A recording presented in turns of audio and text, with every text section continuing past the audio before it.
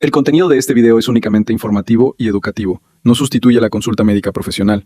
No se automedique. Consulte siempre con su médico o contáctenos a través de nuestras redes sociales para una asesoría personalizada. Muy buenas noches a todas y todos. ¿Me escuchan bien ahí? Ok, Sí, Doc. perfecto. Muy buenas noches a todas, todos, todes. Gracias por unirse hoy a este webinar del área de veterinaria, que hace parte también de todo el trabajo que hacemos en Grupo Curativa. Este es el último webinar académico que tenemos este año y vienen un par de encuentros presenciales, pero para darle paso hoy a lo que hablaremos, es un gusto, como siempre, presentar a la doctora Natalia Mejía. Nati es amiga de esta casa, es veterinaria, es etóloga, y con Nati llevamos ya caminando en estos proyectos en los últimos 6 años. Y quién mejor que ella para hablarnos hoy del tema de esta planta, la planta de cannabis, como herramienta en el final de vida de esos compañeros y esas compañeras de cuatro patas que viven en nuestra casa. Así que, Nati, el público es tuyo.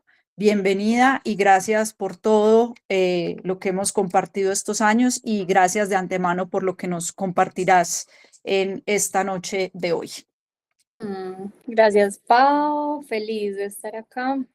Como siempre, hace un mesecito estábamos hablando de todo esto enfocado al área de etología. Hoy vamos a enfocar el manejo de cannabis y el sistema endocannabinoide enfocado al área del final de la vida. Y estas conferencias suelen tener este tinte académico, que de hecho es reservado únicamente para médicos veterinarios. Y hace una semana, Pau hizo una propuesta, como tú qué piensas, si esa conferencia se abre a todo público.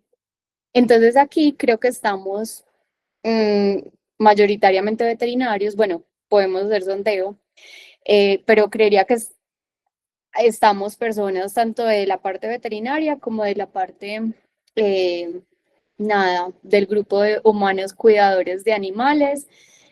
Me encantó esa idea de abrirlo, sin embargo, es un reto porque intenté e intentaré aterrizar lo más posible los conceptos, lo más entendible posible, pero que también tenga ese componente un poquito más técnico, que es el que queremos aprender, ¿cierto? Sobre todo como médicos, para empezar a incorporar esto en nuestro cotidiano, pero he sido súper partidaria en estos 10 años ejerciendo de que el conocimiento no solamente nos pertenezca a los veterinarios, sino que el conocimiento le pertenezca también a las personas que nada que ver con la medicina, que son quienes se encargan día a día de los animales.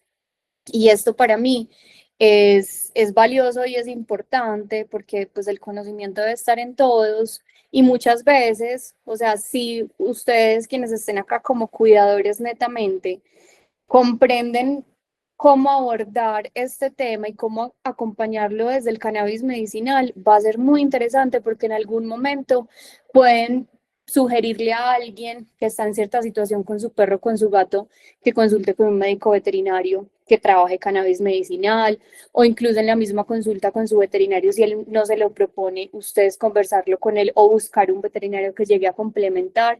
Entonces, en definitiva, esa idea de Pau me gustó mucho, porque si hay un tema desatendido en veterinaria es el final de la vida.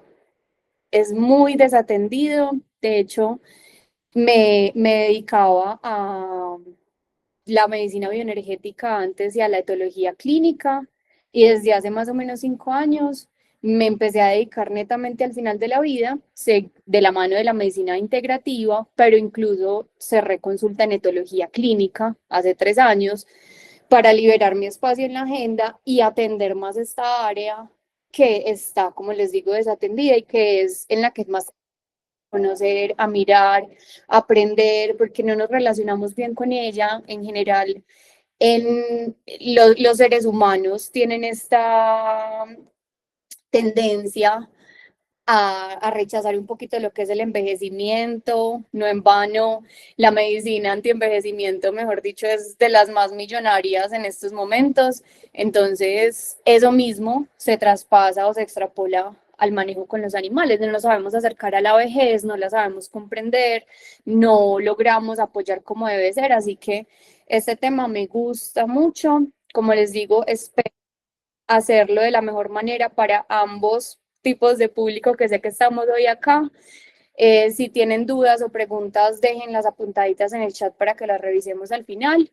Y hoy haremos un pasón más o menos general. En otras cosas sí vamos a profundizar muy bien, pero que nos vayamos como por lo menos con una visión amplia de lo que es el tema. ¿Listo? Entonces, hoy no voy a profundizar mucho en el sistema endocannabinoide per se, porque eso ya lo hemos visto en otras cosas. Sin embargo, vamos a hacer pasoncitos de recorderis. Mi invitación es a que si este tema les llama la atención, vayan al canal de YouTube de Curativa, Curativa Colombia, porque ahí están montadas las conferencias anteriores. En mi caso, les recomendaría mucho poder ver las conferencias de modulación del sistema endocannabinoide, y también sería chévere si quieren ver la de etología, que fue la que hicimos hace un mes, pero también está de otros colegas como de Nati Álvarez, una en geriatría, en manejo de dolor, también están todos los de humanos, en fin, como invitación a que hoy vamos a hablar de esto muy puntualmente, pero sería muy lindo, si esto les llama la atención, que profundicen en el canal de Curativa, y si son del área de la salud, pues que profundicen ya en los entrenamientos médicos personalizados. Listo. Entonces, bueno, hoy vamos a hablar sobre el cannabis medicinal como una herramienta para acompañar el final de la vida de perros y de gatos. Traje aquí como unos disclaimers importantes en este tema. Lo primero es que gran parte de lo que les voy a hablar hoy corresponde a lo que ha sido mi propio camino estos 5 años, porque como ya se habrán dado cuenta, tenemos poca información sobre el acompañamiento al final de la vida en veterinaria, así que yo he ido a través de los pacientes aprendiendo y recorriendo y metiendo esta cosa y la otra y juntando, y he creado de alguna manera como mi propia forma, mi propio método de acompañar, así que hoy veremos parte de lo que corresponde a mi propio aprendizaje. Vamos a profundizar en algunos conceptos, en otros no. Sobre todo, lo que quiero que tengamos hoy, independiente de si somos veterinarios o si somos cuidadores, es que tengamos rutas de acción, como lugares hacia dónde mirar cuando estamos en el final, acompañando el final de la vida de nuestros animales. También es probable que en algunas partes, aunque aquí no vamos a hablar del tema de trascender como tal y de la muerte, igual es probable que algunas cosas que les mencione se correspondan con mis propias creencias espirituales. Cada quien mirará si resuena o no resuena con ellas y la puede tomar o dejar, pero este tema inevitablemente involucra algunas creencias, sí, muy particulares. Algunas fotos que van a encontrar son de mis pacientes, son pacientes que he tenido la fortuna de acompañar en distintos momentos de su vida, pero sobre todo en sus etapas finales de vida y en sus momentos de muerte. Así que bueno, esas fotos las familias autorizarán para que hoy las compartiera con ustedes.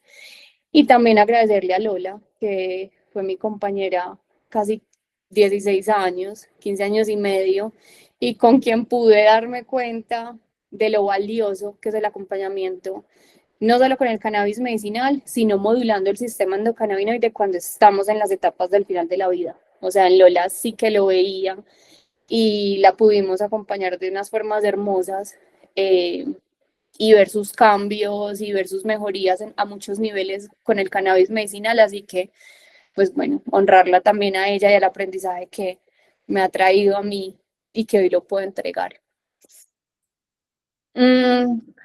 Casi siempre, quienes han estado en otras charlas o quienes han estado en clase conmigo, saben que me gusta empezar por acá. Y hoy no es la excepción. Nosotros para siempre, absolutamente siempre, seremos responsables de estos animales a quienes domesticamos y que viven con nosotros. bajo nuestra responsabilidad. La mejor etapa para agradecerles por su compañía de la vida es definitivamente esa última etapa. Es la etapa que a veces más desatendemos porque de pronto no la entendemos muy bien o porque no nos preparamos o porque quizás nos da miedo irla a mirar, pero definitivamente somos responsables de que así como tienen una buena vida, tengan también una buena muerte. Y la buena muerte se empieza a preparar desde antes, como vamos a ver. Así que nosotros somos muy responsables también de esta última etapa hasta el último momento en el que nuestro animal se desprenda de su cuerpo o nuestro paciente se desprenda de su cuerpo. Y nuestra tarea es hacerlo de la forma más respetuosa posible. El final de la vida, entonces, no es el instante como tal en el que un animal muere. Es una etapa completa que necesitamos, antes que nada, reconocer que es una etapa. Usualmente no la incorporamos ahí, pensamos que el final de la vida es el instante en el que sueltan el cuerpo y en realidad es una etapa, así como la etapa juvenil o la etapa de cachorros o, en fin, es una etapa de vida que cuando yo la logro ver, cuando yo logro darme cuenta que mi animal o mi paciente entró en su etapa final de vida, mientras yo más rápido empiezo a intervenirla de una forma respetuosa y holística, muchísimo mejor va a ser la respuesta de este organismo a nivel también mental y emocional en el caminar de esta etapa. Aquí tenemos que empezar a hacer un tema un poco de sensibilización con el término muerte, con el término final de vida, porque a veces solamente este término ya genera rechazo. Y solamente escuchar final de la vida es asociar de inmediato con que se están muriendo. Y no necesariamente es que se estén muriendo, es más. A mí me encanta cuando llegan a consulta de acompañamiento al final de la vida, cuando están empezando esa etapa y no necesariamente cuando ya están en sus últimos días, porque podremos hacer muchas más cosas. Pero me ha pasado que incluso cuando me piden espacio de consulta y les mando la información, solo al ver el nombre he tenido, no es la mayoría, han sido unas cuantas, pero unas cuantas personas que se han como escandalizado, como, ay, no, es que solo leo eso y me parece horrible, no, yo quiero es la otra consulta, cuando en realidad necesitan es el acompañamiento al final de la vida. A mí me toca quedarme conversando como, mira, tu animal tiene esto, tú estás en estos momentos reconociendo que estamos un poco entre la vida y la muerte, etcétera. Estamos en esa etapa y mientras más miedo nos dé reconocerlo, pues menos los podremos acompañar. Entonces, punto clave de esta parte, reconozcamos que hay una etapa vital de la vida, así como tanta atención le damos a la etapa de cachorros, hay una etapa que es su etapa final y que no representa necesariamente el momento en el que muere, sino un periodo antes, que pueden ser meses, semanas o años, pero es un periodo amplio que nos permite darle manejo. Entonces hoy quiero que naveguemos por estos tres lugares, que es el final de la vida como tal, que es un término como un poco difuso, cuáles son las principales alteraciones que podemos ver ahí y qué estrategias tenemos para poderla acompañar o mitigar. Como les decía ahorita, muy enfocado, esto lo tenemos muchas formas de acompañar, pero hoy me voy a centrar en sistema endocannabinoide y la modulación, sobre todo con fitocannabinoides. Listo. Entonces, ¿cuándo inicia la etapa de final de vida? Uno, cuando estamos en un inicio o cuando recomiendan iniciar cuidados paliativos. Cuando el veterinario dice, no, mira, este cáncer está muy teso, con la edad que tiene no lo podemos operar o con la condición que tiene no lo podemos operar, ya que empiece cuidados paliativos. Dos, en el instante en el que me diagnostican una enfermedad terminal, ¿cierto? Cuando se la diagnostican pues a mi animal. Tres, cuando ya estamos en esta etapa senil, media y avanzada, que como les digo, si yo ya estoy viejito es porque mi vida se está terminando. O sea, no es nada raro. Es cuestión, como les digo, de que nos quitemos un poquito el miedo a hablarlo y a mencionar de que la vida se está acabando. Y 4, yo también asumo que estoy en una etapa de final de vida cuando yo tengo a mi animal entre la vida y la muerte, o a mi paciente entre la vida y la muerte. ¿Por qué? Porque ahí es donde, aunque esté joven, si tuvo un accidente o una situación que me tiene entre aquí y allá, yo ahí tendré que aplicar todo lo que vamos a ver hoy, pero también tendré que considerar que es muy probable que esté en su última etapa de vida, aunque sea un animal joven. Y es que para morir no se necesita estar viejo. La etapa final de la vida no necesariamente se corresponde con la edad. Puede que sí, es muy probable que sí, y que tengamos muchos pacientes geriátricos y que obviamente con todos ellos sabemos que estamos en su etapa final de vida, pero también parte de los condicionamientos mentales que nos tenemos que quitar tienen que ver con que la muerte solamente llega cuando el animal está viejo y ha vivido una larga vida, ha tenido una larga vida. A veces el final de la vida llega cuando son jóvenes, incluso cuando son cachorros. Hace nada tuve un acompañamiento del duelo de alguien porque murió su cachorro de 4 meses. Y mientras más lo recordemos, menos angustiante y terrible puede ser el hecho de vivirlo. No digo menos doloroso, porque siempre va a doler, pero es importante que reconozcamos esta etapa. Eso va a ser parte vital de yo poderle dar un buen abordaje. Esta etapa final de vida muchas veces se asocia con sufrimiento y no necesariamente representa un sufrimiento. Sí o sí nos va a reflejar o nos va a mostrar que ese cuerpo ya no está teniendo capacidades para estar en la vida, pero no necesariamente ahí se sufre. Es decir, si yo no me muevo como antes, no necesariamente estoy sufriendo.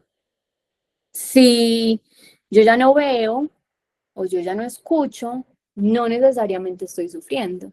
Sí, el cuerpo cada vez va perdiendo facultades, pero no necesariamente tiene que haber un sufrimiento. Entonces, aquí, colegas, importante trabajar con las familias eso, como, ok, ¿tú cómo lo percibes? O sea, desde afuera, ¿cómo lo estás viendo? Porque a veces es la propia familia la que cree que el animal la está pasando muy mal porque ya no es el animal que era. Y no necesariamente es así.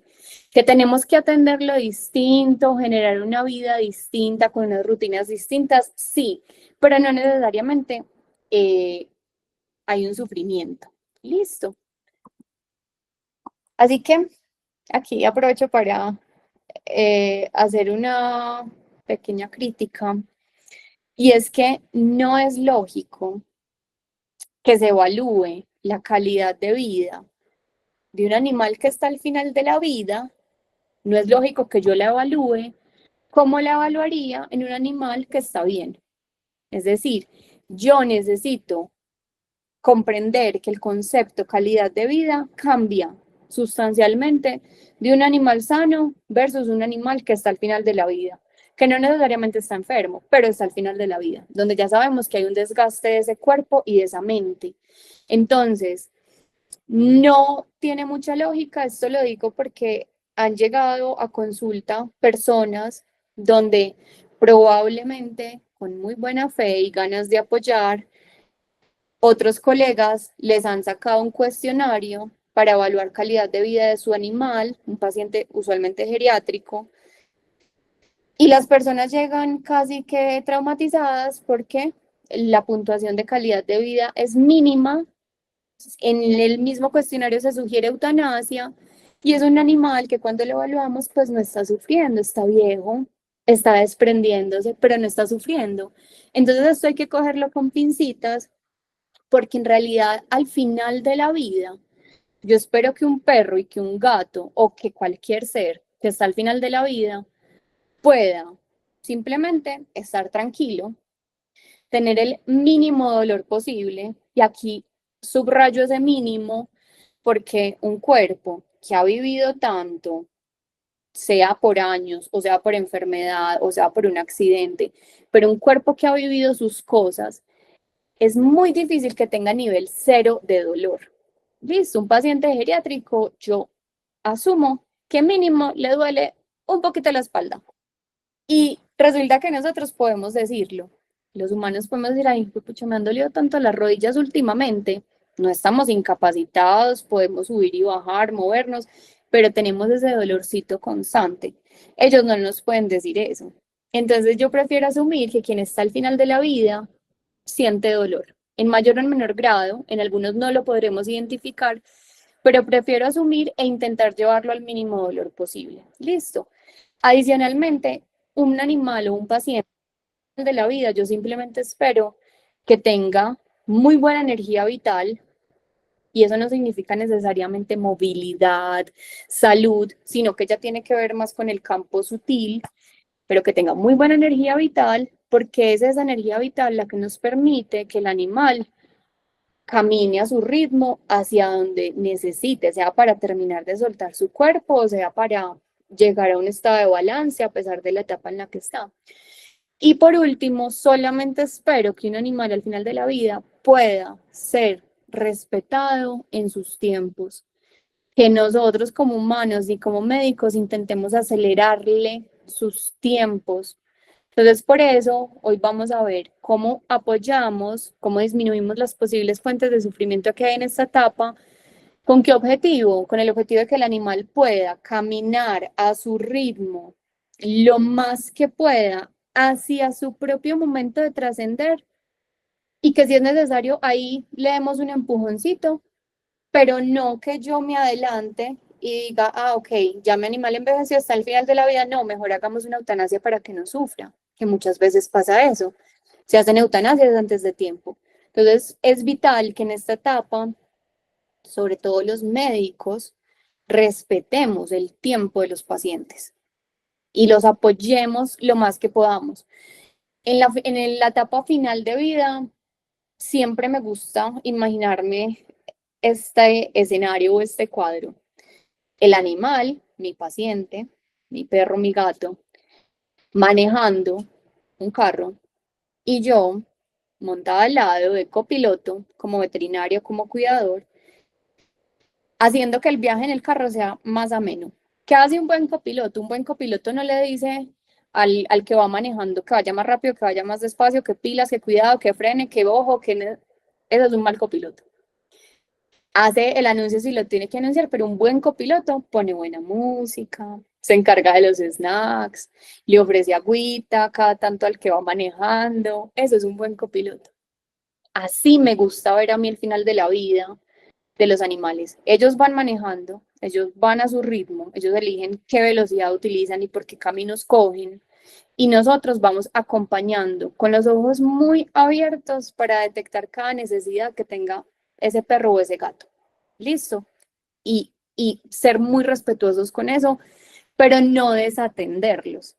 Es decir, esta es una etapa que requiere que yo tenga mi visión muy abierta, muy amplia, muy atenta, y que al hacerlo, pues yo pueda intervenir cuando haya que intervenir, pero también dejarlo quieto cuando lo tenga que dejar quieto.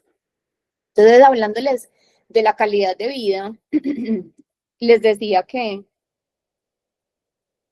todos estos test de calidad de vida pueden ser un apoyo, pero pilas, no deberían ser determinantes al momento de yo decidir una eutanasia. ¿Por qué? Porque si bien son útiles, por ejemplo, este a mí me parece que es útil, ya se los voy a contar bien. Si bien puede ser útil, hay preguntas que son como tricky, como engañosas, que las podemos puntuar, y si yo en eso voy a basar una decisión de eutanasia, pucha, puede que yo me esté equivocando porque a veces son demasiado subjetivas. Entonces, por ejemplo, esta escala de calidad de vida me gusta porque cuando fue creada para un acompañamiento a pacientes geriátricos con temas oncológicos. Entonces, bien, está más enfocado a la etapa final de vida que otros, que son los que les cuento que a veces han llegado con el papel en mano, que pucha, son horribles porque claramente un animal al final de la vida no es el mismo de antes y por ende no va a ejercer las cosas como antes. Entonces, en esta escala de calidad de vida, La idea es que se puntúe, ¿cierto? Tienen cierto puntaje de 1 a 10 y hay varios criterios.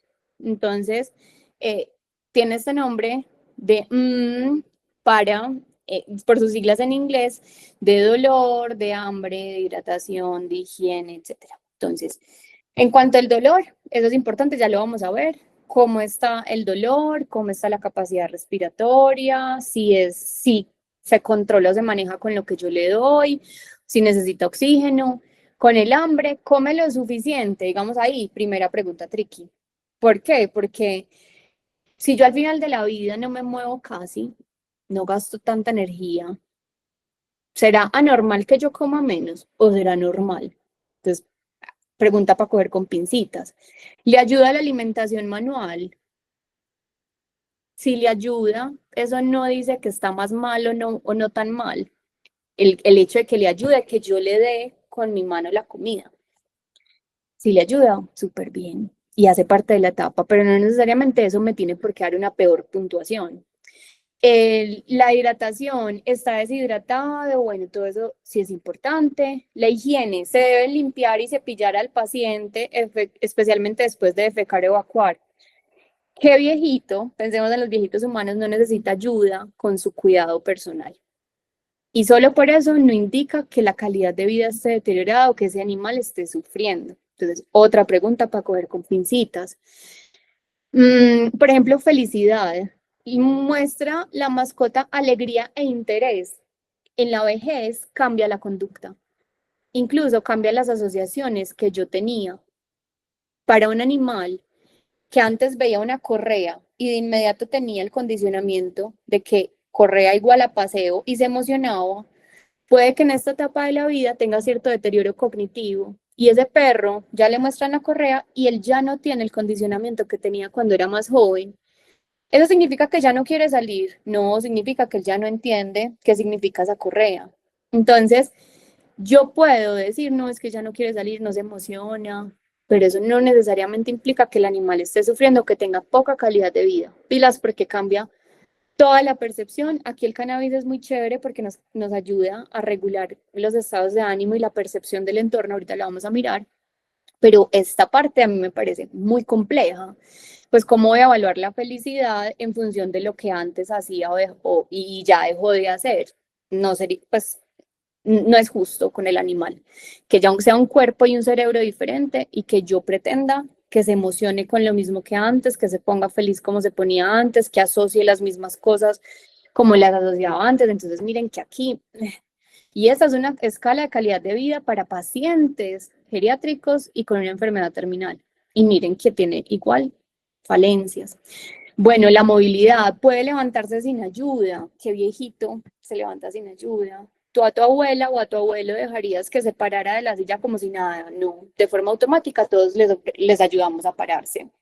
¿Está sufriendo? No, es un cuerpo distinto. Entonces, esto hay que cogerlo con pincitas. Lo de más días buenos que malos también es algo que yo cojo con pincitas. ¿Por qué? Porque si yo estoy además ya en la última parte y yo me estoy desprendiendo de mi cuerpo, es natural que mis días no sean como eran antes. Entonces ahí tengo que mirar que no esté habiendo sufrimiento, pero yo tampoco puedo esperar que sean maripositas y unicornios si yo ya estoy soltando mi cuerpo físico.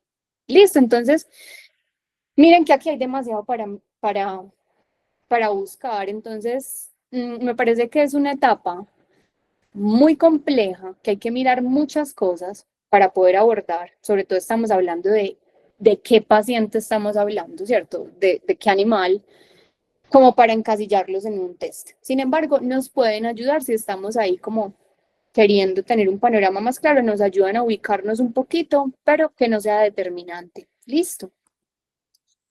Entonces, ¿cuáles son las principales alteraciones o fuentes de sufrimiento en la etapa final de la vida? Yo las agrupo se las agrupé en estas 5, usualmente yo las agrupo en 4, pero hoy quiero tocar estas 5. Entonces, yo necesito modular y regular el dolor físico, porque si yo el dolor no lo controlo, esa puede ser una fuente de sufrimiento. Listo. Lo segundo, yo necesito disminuir miedo, ansiedad, pero sobre todo, si empiezan a haber delirios, ahí estoy teniendo claramente una fuente de sufrimiento en la etapa final de vida de mi paciente o de mi animal.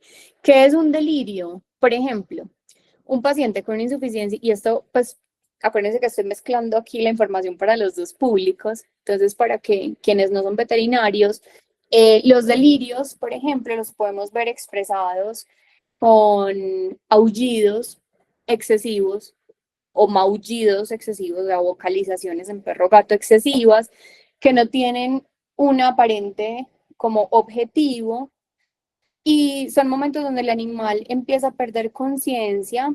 Suele pasar, o sea, esto no es tan común en la etapa final de vida, pero sí puede serlo cuando tenemos insuficiencias renales o cuando tenemos temas hepáticos, porque podemos claramente tener influencia negativa ya de la parte central por las toxinas y los desechos que se generan de estas insuficiencias.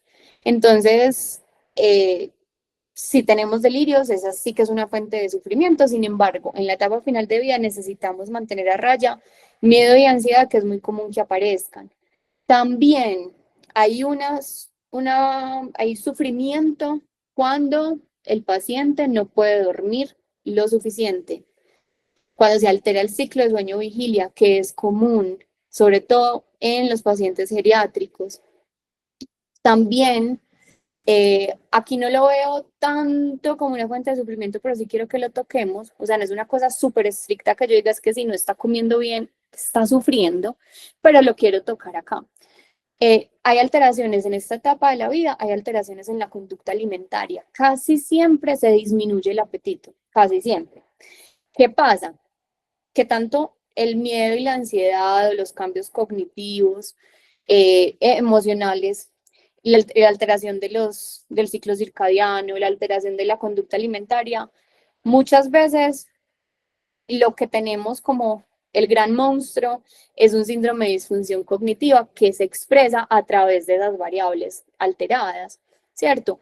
No significa que todos los animales viejos vayan a tener un síndrome de disfunción cognitiva, pero es más común que haya un síndrome de disfunción cognitiva en la vejez que en otro momento de la vida. Entonces, ojalá a lo largo de la vida yo pudiera cuidar un montón ese cerebro de mi paciente a través de ejercicios mentales, de retos cognitivos, de mantener la inflamación y el estrés a raya, para que yo cuide la salud de ese sistema nervioso central y a futuro disminuya las probabilidades de un síndrome de disfunción cognitiva, pero puede pasar. Y también, esta sí que es clarísima, hay una clara fuente de sufrimiento en un animal que está al final de la vida cuando hay dificultad respiratoria. De todos estos, o sea, yo necesito que el paciente al final de la vida, que el animal al final de la vida esté con el mínimo dolor, pueda dormir, tenga su estado mental por lo menos sin delirios y pueda respirar. Casi todas son manejables. La que a mí me parece un poquito más compleja y en la que he tenido peores respuestas con los pacientes es cuando llegan con dificultad respiratoria. Esas se las menciono aquí, no vamos a profundizar en ella, pero por ejemplo, un paciente que tenga metástasis en pulmones, ahí es poco lo que podemos hacer, podemos apoyar con oxígeno, etcétera, pero tener dificultad para respirar, eso sí que genera sufrimiento y angustia. Entonces, cuando llega un paciente donde de todo esto lo que está más marcado es el tema respiratorio, es el que tiene peor pronóstico porque es donde yo tengo menor capacidad de intervención. Con todo lo demás, yo tengo mucha capacidad de intervención usualmente. Entonces, bueno, por eso el de dificultad respiratoria se los menciono, pero nos vamos a centrar en los otros para ver cómo los apoyamos, ¿cierto? Porque finalmente con la dificultad respiratoria el manejo va a ser siempre igual. Entonces, en cuanto al dolor físico,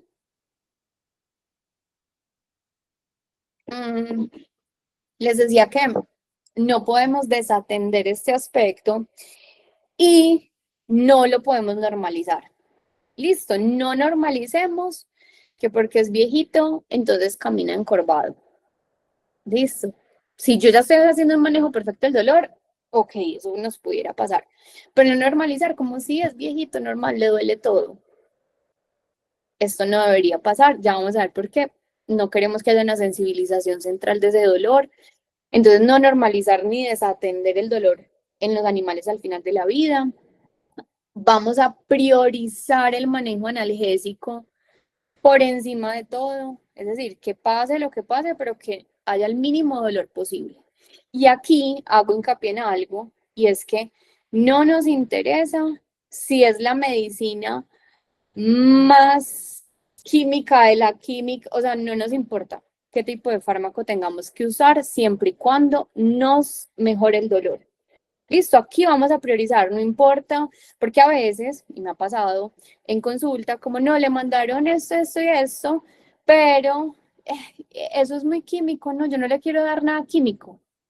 Los cuidadores y los dejan sin atención al dolor. Hoy vamos a ver cómo podemos usar el cannabis medicinal para atender el dolor.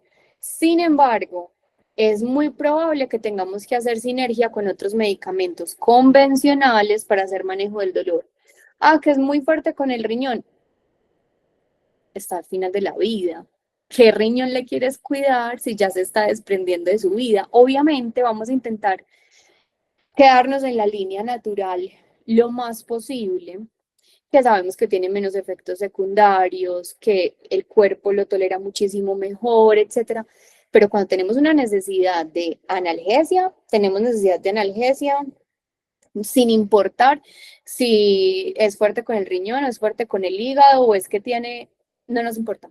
No nos importa con tal de que no haya dolor, y eso es algo básico en temas de bienestar animal. Listo, el manejo del dolor. Que pase lo que pase, pero que haya manejo del dolor hasta el último día. Y muchas veces, cuando veamos que hay un paciente al final de la vida que tiene como una caja de Pandora abierta, en conductas alteradas, en, sí, como en aspectos que no están bien, remitámonos siempre, o sea, les recomiendo que lo primero que vayamos a explorar sea el manejo del dolor, cómo está haciendo y si tenemos que ajustarlo. Porque la gran mayoría de veces el dolor físico va a ser la raíz de otras alteraciones en la etapa final de vida. Por ejemplo, el dolor físico hace que no descanse bien o que no pueda conciliar el sueño. Entonces ya estoy teniendo dos factores alterados, pero la raíz es el dolor. O el dolor físico puede cambiarme todo el patrón respiratorio. Un animal que esté presentando jadeos constantes y cierta dificultad y resulta que es por dolor, no tanto porque la parte respiratoria esté descompensada. O un animal que no quiere ni comer, pero es que está muerto del dolor. Entonces miren que dolor físico es como la base. Listo, y aquí no vamos a prescindir de nada. Igual los pacientes geriátricos se benefician un montón de los manejos no convencionales, por ejemplo, si lo tolera, y también es mirar qué animal, pero hay algunos que están bien con la acupuntura y que les puede ayudar, y que la acupuntura, por ejemplo, nos modula el sistema endocannabinoide, que ya les voy a hacer recorderis de lo que es, pero buscar distintas estrategias para modularlo y no solamente quedarme en que todo está alterado. Vámonos a la raíz, y de ahí, si tengo que mezclar con otros fármacos, yo mezclo, pero vamos a ver que eso nos va como limpiando el camino de lo que yo tengo que hacer en intervenciones con mi paciente, pues, o con mi animal. En cuanto al síndrome de disfunción cognitiva, les decía que no necesariamente todos los animales geriátricos van a tener síndrome de disfunción cognitiva. Esto es más común en perros que en gatos, sin embargo, en gatos también puede pasar. Y se llama síndrome porque es una asociación de muchas cosas que pasan a la vez gracias a un deterioro cognitivo que hay. En el caso de los perros, ellos son los biomodelos para estudiar la enfermedad de Alzheimer en humanos, porque la fisiopatología de las dos enfermedades es igualita. En los animales nos pasa también que se acumulan placas de proteína beta-amiloide en sistema nervioso central, pero sobre todo en zonas importantes para la memoria, para la regulación emocional, para los hábitos, que son hipocampo y corteza. ¿cierto? Entonces, por eso la parte cognitiva, la parte de hábitos y la parte de regulación emocional empieza a verse alterada, porque se nos depositan ahí esas placas de proteína y si hay estrés oxidativo, vamos a tener más cantidad de placas de esta proteína beta-amiloide. El estrés oxidativo, entonces, por ejemplo, un animal que toda su vida comió un alimento hiperprocesado, va a llegar con más estrés oxidativo a esta etapa de vida que uno que se alimentó natural. O un paciente que fue muy estresado toda la vida o muy ansioso y nunca le pararon como bolas, va a tener más estrés oxidativo que otro al final de la vida. Un animal con inflamación crónica de bajo grado, pacientes obesos, por ejemplo.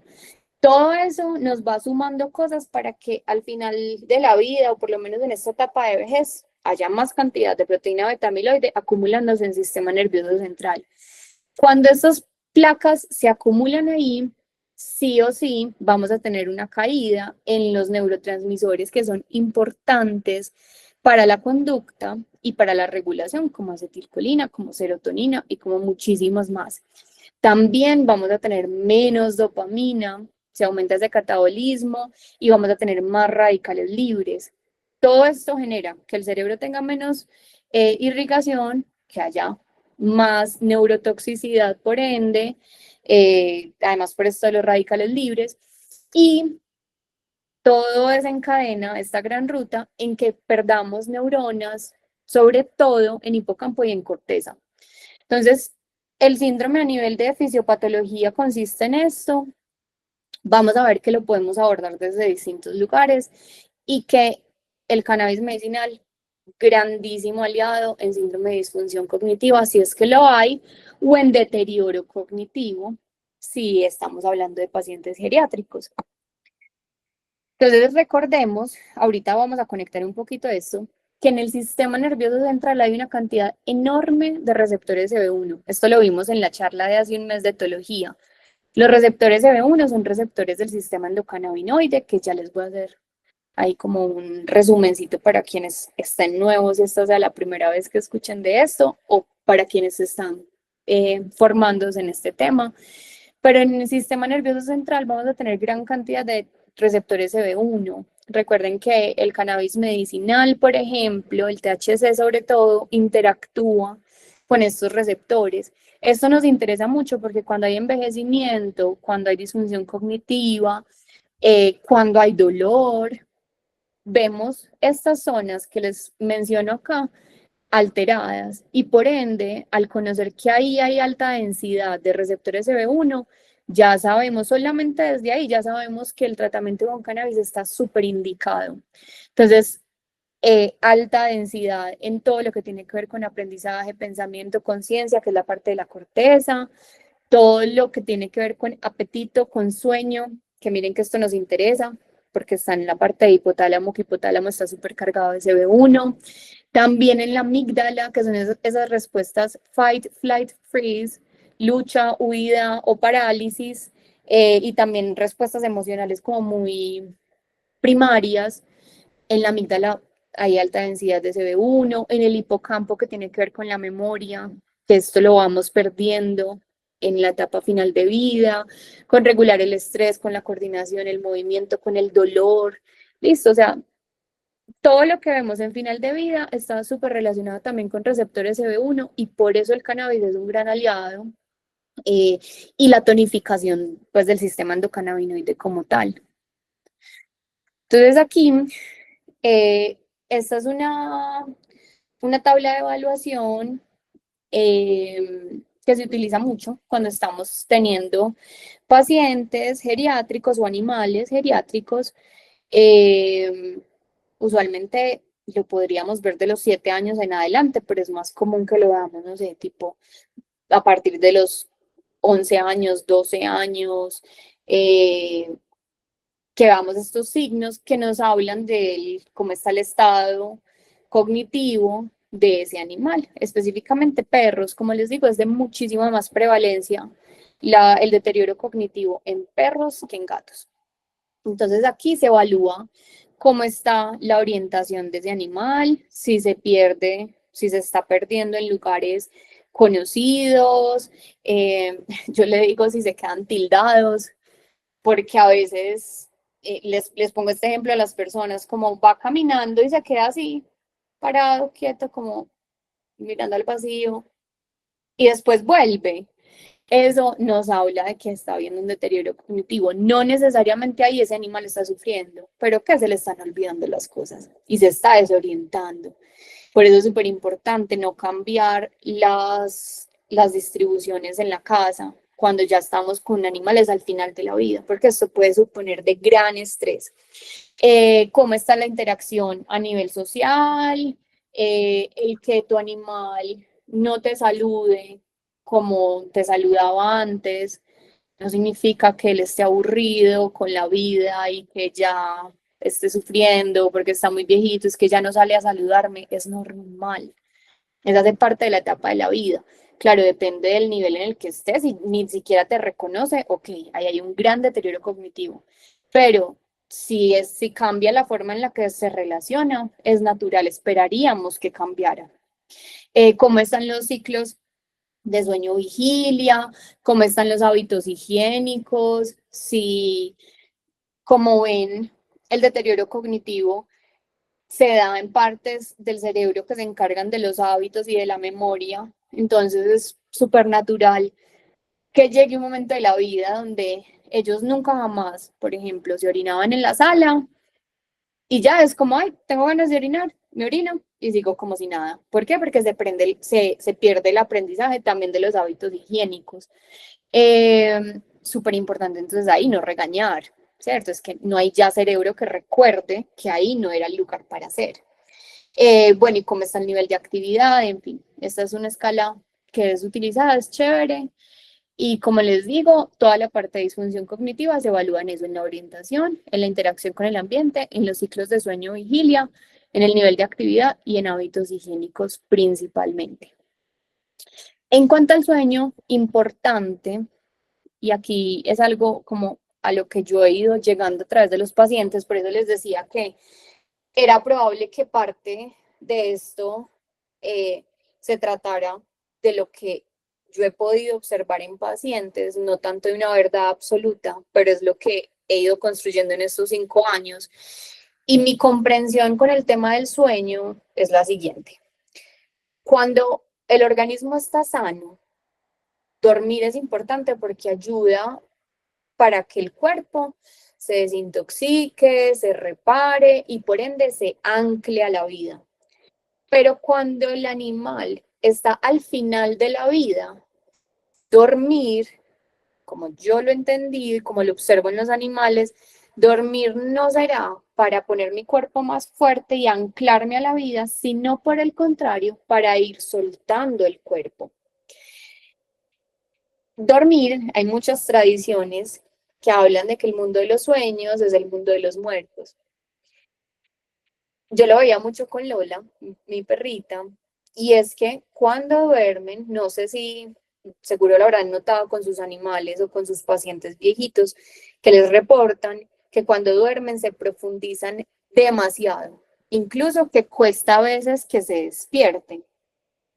Como lo veo, y aquí hablo de esa creencia también espiritual, cuando duermen, si muchas tradiciones mencionan que ese también es la tierra de los muertos,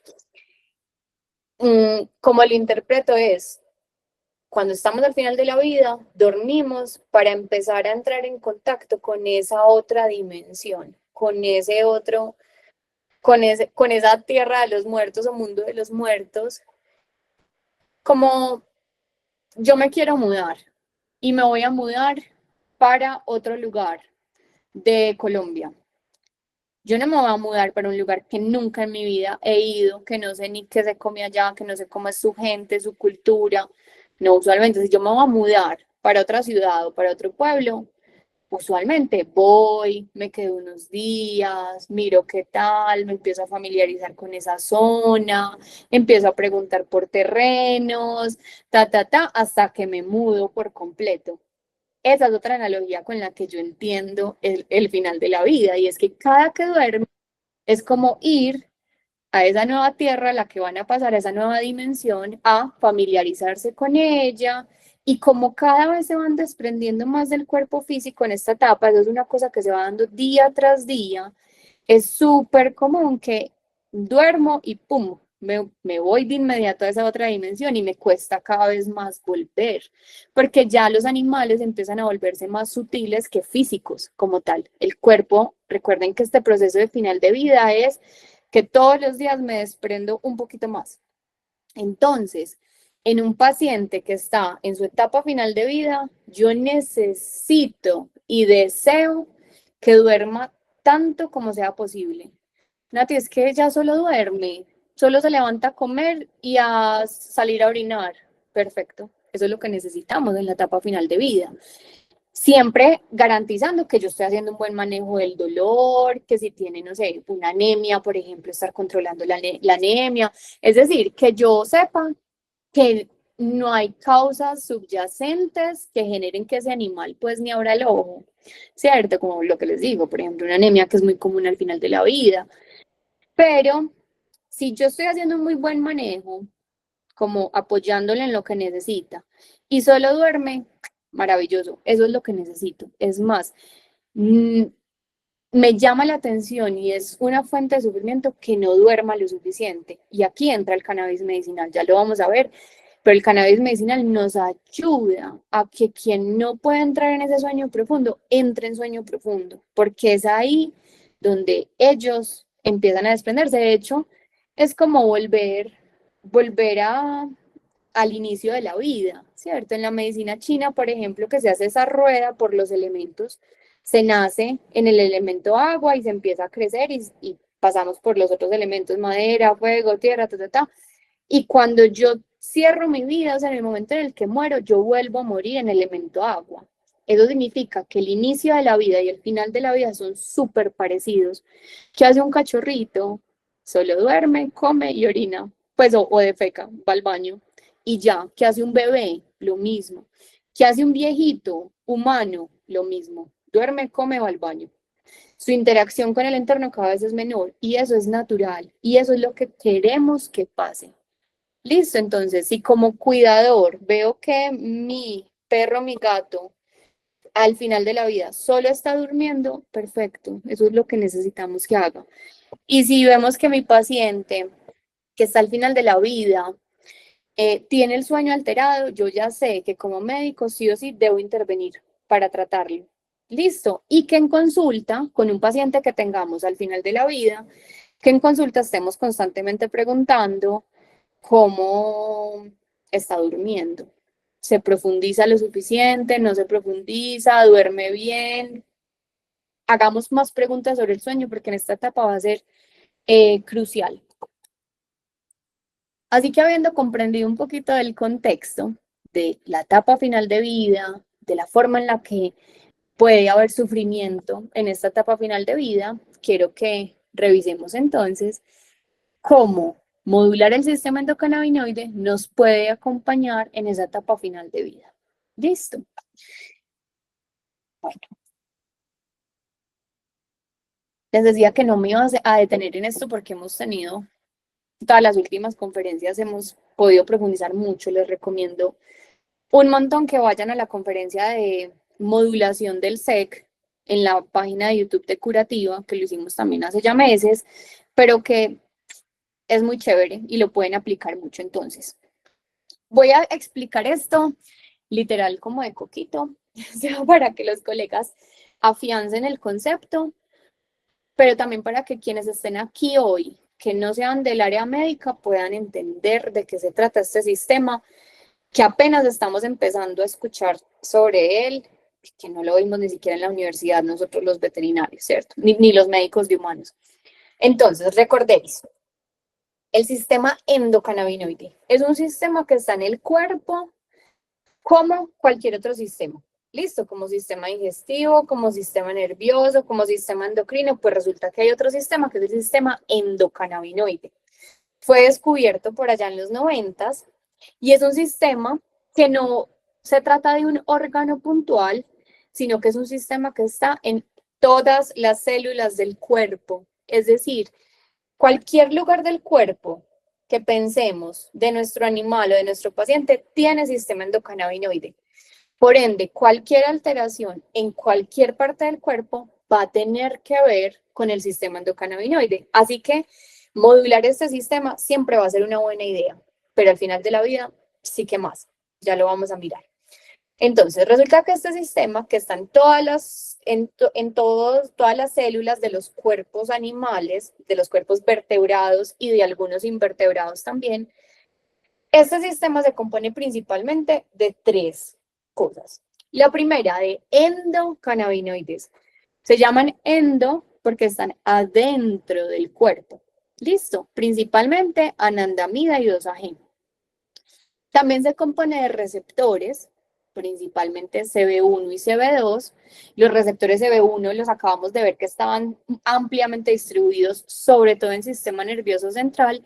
Los CB2 son más periféricos y tienen que ver un poquito más con, o están más focalizados en algunos órganos digestivos y también en células inmunes.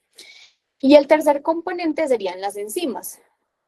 Tanto la lipasa como la fosfatasa, que son enzimas que degradan estos endocannabinoides, como otras enzimas que son síntesis para los endocannabinoides. Es decir, que el sistema va a tener sustancias, que son los endocannabinoides, receptores a los que se unen esas sustancias, que son los CB1 y los CB2, y enzimas que sintetizan esas sustancias, esos cannabinoides, o degradan esos cannabinoides. Listo. Esos son como los componentes principales del SEC. Con el tiempo y a medida que se ha ido investigando más este sistema, que como les digo es un sistema súper nuevo, pues nosotros no lo vimos en la universidad, ni siquiera sé si en estos momentos le estén enseñando. Con el tiempo se ha descubierto que el sistema endocannabinoide es más amplio y que además interactúa con otros receptores y que ese SEC no solamente son endocannabinoides, CB1, CB2 y enzimas, sino que también hace parte los receptores vaniloides, que ya vamos a mirar, tienen que ver mucho con dolor, los PPARs, los GPR55, de hecho, moléculas que incluso se parecen un poquito a los endocannabinoides, entran a ser parte de esto, y ahí nace el concepto de endocannabinoidoma, y es que no es solamente el SEC con estas tres cositas, sino que es todo un conjunto de receptores, de sustancias, de enzimas que forman el sistema endocannabinoide como tal. Entonces, como ven, este es un sistema que está en contacto directo con cada función que queramos pensar del cuerpo físico y también del cuerpo emocional y también del cuerpo mental. Listo, entonces, gran recorderis, esto es lo que es el sistema endocannabinoide. Acuérdense, endo de adentro. Porque además de la planta de cannabis tenemos fitocannabinoides. Entonces, del cuerpo de un animal tenemos cannabinoides endógenos y del cuerpo de una planta de cannabis tenemos cannabinoides de la planta. ¿Listo? Entonces, mire que son endocannabinoides y fitocannabinoides. Los fitocannabinoides son los provenientes de la planta de cannabis sativa. Hay un montón, pero vamos hoy a trabajar con los principales. Ahí está el THC, el CBD, el CBG, el CBN, hay muchísimos más. Importantísimo que a partir de hoy dejemos de decirle CBD al cannabis medicinal. No todo es CBD, el CBD es simplemente un componente. Como es que le estamos dando goticas de CBD? El CBD se ha puesto súper de moda, pero ahí estamos perdiendo de vista algo importante y es el efecto entourage, que ya se los voy a explicar. Entonces, el cannabis medicinal se compone de fitocannabinoides, entre esos CBD, pero no es solamente CBD. ¿Listo?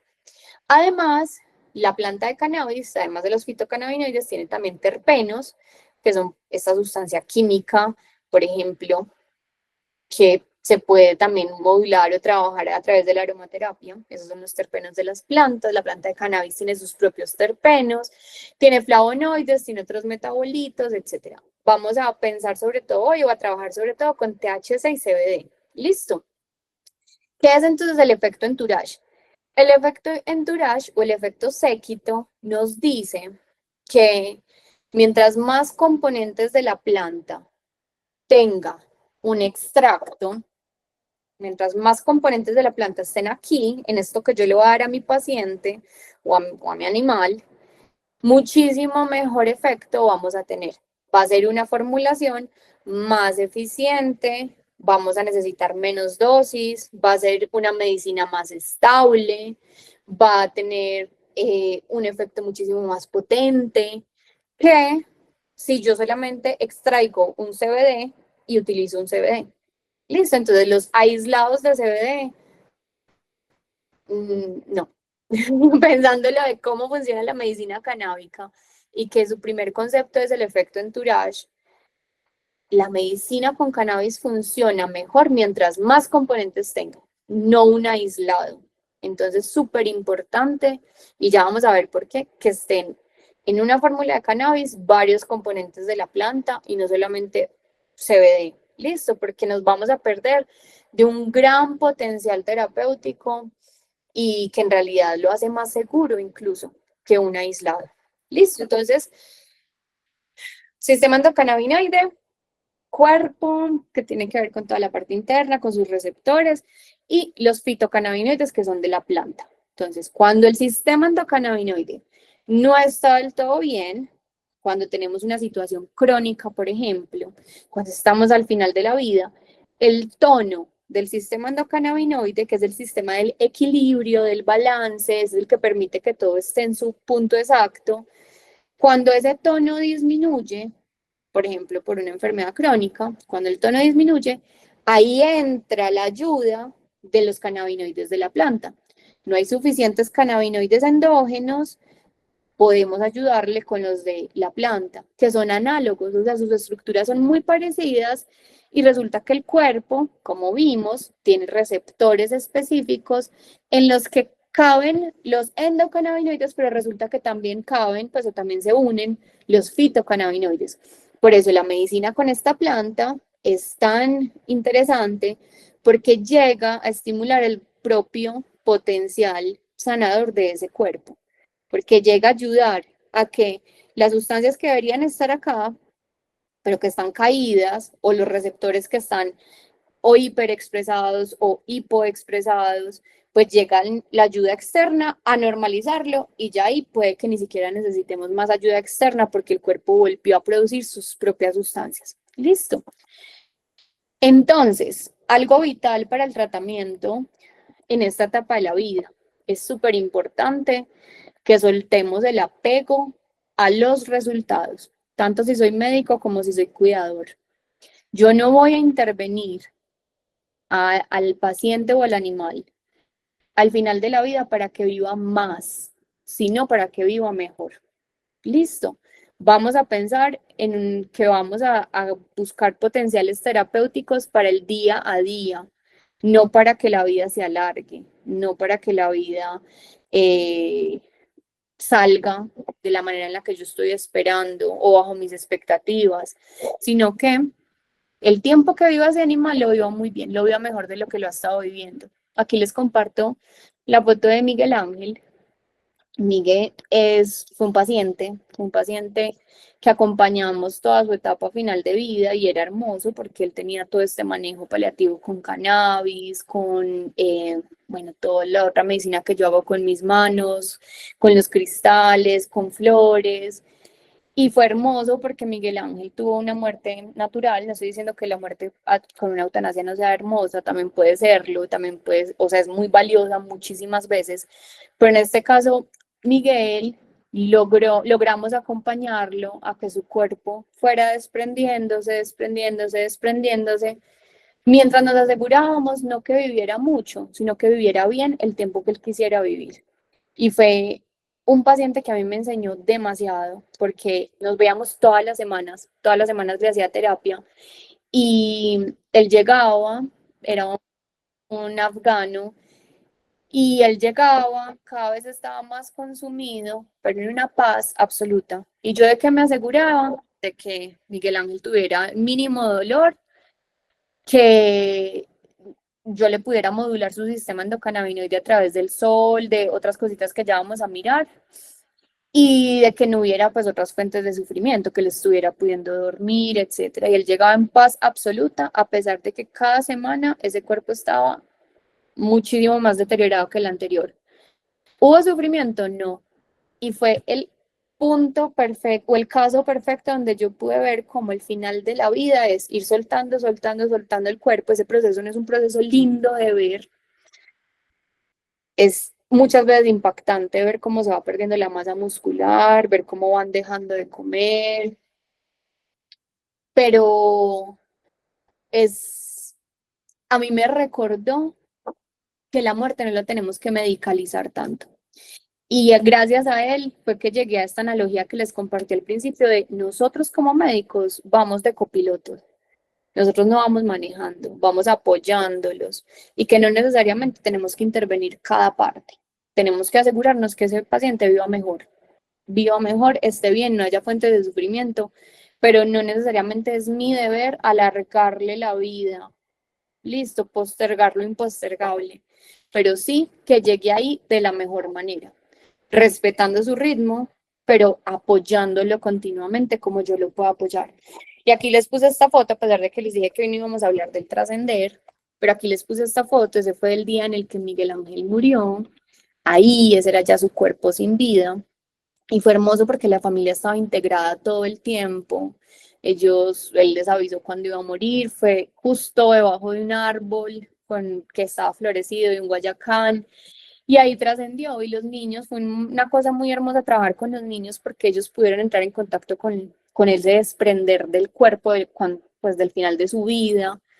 Y bueno, de muchas maneras fue un paciente que me inspiró y que por eso se los quería compartir hoy. Sobre todo porque a veces como médicos nos apegamos a un resultado y pensamos que si eso no ocurre, estamos fallando en nuestra labor como médicos. Y resulta que el final de la vida es algo inevitable. La muerte va a ser inevitable. Y nosotros solamente tenemos que ayudar a que mueran mejor. No tenemos que impedir la muerte, porque cuando corresponde, corresponde. Pero es nuestro deber como médicos hacer que ese animal, que ese paciente, ese perro, ese gato tenga una buena muerte.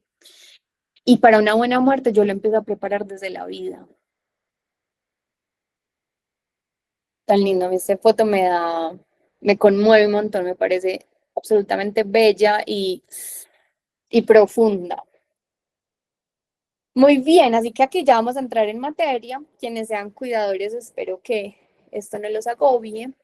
Van a escuchar y van a ver aquí muchas cosas raras, pero quiero que comprendamos cómo el cannabis medicinal, acuérdense, los fitocannabinoides, los que vienen de la planta, nos pueden ayudar. Entonces, hablábamos que el dolor físico es una de las cosas que vamos a tener más presentes. Listo, el dolor es una experiencia que en la mayoría de las veces, según como ocurra, es una experiencia adaptativa porque permite pues, que si yo sienta dolor, yo me proteja ante este evento en el futuro, etcétera. Entonces el dolor como tal es una experiencia adaptativa, es una experiencia sensorial y emocional. Listo, el dolor es físico, pero también pasa, o sea, tiene componente emocional y lo tenemos que abordar desde ahí. Cuando el dolor físico tiene un manejo inadecuado en el tiempo, por ejemplo, este paciente que les decía como, ay, sí, no, le duele todo, pero normal, es que está muy viejito. Cuando normalizamos el dolor y no lo trabajamos, no lo apoyamos, cuando hacemos un manejo inadecuado en el tiempo, la consecuencia directa es que es muy, muy, muy posible que haya sensibilización central de ese dolor. Es decir, que cambie la forma en la que ese sistema nervioso percibe el dolor y que se sensibilice, que aumenten las respuestas de dolor y de hecho se nos empieza a producir más sustancias que nos siguen empeorando la condición de dolor, ¿cierto? Cuando ya hay una sensibilización central del dolor, porque hice un manejo inadecuado, vamos a tener una mayor concentración de glutamato y una disminución del GABA, que ahorita vamos a ver que, por ejemplo, si se me disminuye el GABA y aumentan por el contrario estos neurotransmisores excitatorios, va a ser muy complejo el tema del sueño, que es vital en esta etapa. Entonces miren que todo es como hace parte del mismo entramado. Importante, les voy a hablar de mecanismos por los que el CBD nos ayuda con el dolor, pero ya vamos a pasar al protagonista en el dolor físico, que es el THC. Listo. Entonces, el CBD de forma indirecta ayuda a que haya más anandamida. La anandamida, acuérdense que era un endocannabinoide, que es un superanalgésico interno que tienes el cuerpo y que además nos ayuda a que cambie la percepción y el estado emocional y el estado mental. Ananda significa dicha en sánscrito, entonces la anandamida es la molécula de la dicha, es la molécula que a mí me mantiene en este estado. El CBD llega e inhibe esta enzima que lo degradaría normalmente, entonces al trabajar sobre la enzima vamos a tener de forma secundaria pues mucha más cantidad de anandamida y por ende más regulación del dolor a través de esa ruta. También el CBD tiene una afinidad súper grande por receptores vaniloides, específicamente los tipo 1, que tiene que ver directamente con la percepción del dolor. Listo. Entonces, a través de los vaniloides modulamos dolor con CBD. También resulta que el CBD interactúa, porque el CBD, que es este cannabinoide, fitocannabinoide, no tiene una interacción con el sistema endocannabinoide a través de los CB1 y los CB2, sino que sobre todo tiene modulaciones por otras vías. Entonces, en el tema de dolor, hablando de dolor específicamente, el CBD estimula receptores de serotonina. Esto, miren que el dolor, les decía, el dolor tiene un componente emocional. El que el CBD nos estimule los receptores de serotonina va a ser interesante para modular el componente afectivo del dolor. También es antagonista de este receptor GPR55, que es un receptor proinflamatorio. Así que el CBD sobre todo lo que va a tener es un efecto antiinflamatorio, ¿listo? No tanto un efecto analgésico, aunque sí, miren que hay punticos donde nos ayuda, pero en realidad quien tiene el gran potencial analgésico es el THC, ya lo vamos a ver. Por eso un paciente con dolor que esté tomando unas goticas de CBD, lo estamos dejando muy cojo en el tratamiento para el dolor, por esto que estamos aquí observando. El CBD, como les decía, tiene una gran actividad antiinflamatoria, es antagonista de este receptor, pero también disminuye citoquinas proinflamatorias, también disminuye la neuroinflamación como tal, que eso va a ser útil para todo lo que hablamos hoy, la percepción del dolor, los ciclos circadianos, el estado de ánimo, la capacidad de dormir, la capacidad de comer y de disfrutar la comida, bueno. Entonces el CBD nos ayuda para que haya menos neurotoxicidad y menos inflamación a nivel del sistema nervioso. Y acuérdense que hablábamos del efecto entourage. Entonces, cuando yo doy CBD y THC y otros componentes, yo lo que hago es que creo una sinergia. Entonces, esa fórmula va a ser mucho más estable y más eficiente para tratar el dolor físico. ¿Listo? Entonces, el CBD nos ayuda. Sin embargo, si hablamos de dolor, necesitamos sí o sí THC. No voy a profundizar tampoco acá, pero recuerden que cada fórmula tiene proporciones distintas THC-CBD. Pueden estar en 1,1, pueden estar en 5,1 THC-CBD, o por el contrario 1,10 THC-CBD, ¿cierto? Como fórmulas que tiren más hacia el THC, fórmulas que tiren más hacia el CBD, o fórmulas igualitarias. Pero en el caso de dolor, yo necesito una buena cantidad de THC. ¿Por qué? Aquí, como les digo, esto va súper dirigido al sustento más académico, pero para los quienes sean cuidadores, acá que no sean del área médica, lo que necesito que se quede súper claro es que el THC es necesario si hay dolor. Listo. Entonces, algunas de las formas en las que el THC nos da este efecto analgésico. Uno, disminuye el glutamato la sustancia P, la noradrenalina, es decir, nos disminuye estos neurotransmisores excitatorios y esto se traduce en que vamos a tener una menor transmisión sináptica de ese dolor de dos vías, tanto en la vía ascendente como en la vía cuando hay sensibilización central. Entonces, eso nos quiere decir que en dolor crónico es genial el THC. También el THC aumenta la liberación de endorfinas, de beta-endorfinas, y además sensibiliza los receptores opioides que tiene el cuerpo. Al hacer esto, ¿cuál es el efecto que se genera? Estimular o potenciar el propio sistema analgésico del cuerpo. A mí me parece una cosa muy hermosa el tratamiento con cannabis medicinal, porque no es como, venga, quítese que yo hago todo, sino venga, yo le recuerdo cómo es que se hace. Es decir, le recuerda de muchas maneras al cuerpo cómo tener esa capacidad de sanación, ¿cierto? Entonces, en este caso, va a potenciar el propio sistema que tiene el cuerpo para analgesia a través de las endorfinas y a través de estos receptores opioides. Adicionalmente, el THC tiene una muy alta afinidad por los receptores CB1. Entonces, el THC los va a activar y eso me genera, uno, que hay o habrá una inhibición en esa neurona presináptica de los neurotransmisores que tienen que ver con la sensación del dolor, ¿cierto? Los pronociceptivos. Adicionalmente, va a hiperpolarizar neuronas que transmiten dolor, eso va a hacer que el impulso sea más lento o incluso que no llegue a darse.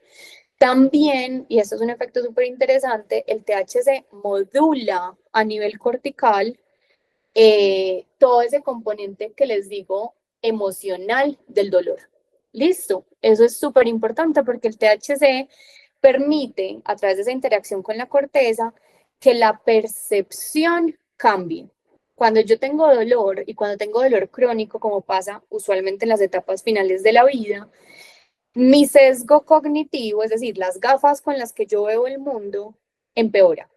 Entonces el THC llega al cerebro de ese animal a decirle, ¿sabes qué? Tranqui, no es tan grave. No es tan grave, venga, modulemos. Vas a dejar de sentir este dolor, pero además vas a tener una mejor percepción de la vida. Listo. Entonces, eso es algo que valoro un montón del tratamiento con THC y por eso que no nos dé miedo usarlo, que no nos dé miedo usarlo en viejitos, que no nos dé miedo usarlo en pacientes geriátricos. Obviamente, y esto, como les digo, no voy a profundizar ahí, los podemos ver en otras charlas o en consulta, etcétera. Hay ciertas formas de empezarlo a dar, de elegir la formulación o la proporción entre cannabinoides, pero el THC es súper necesario.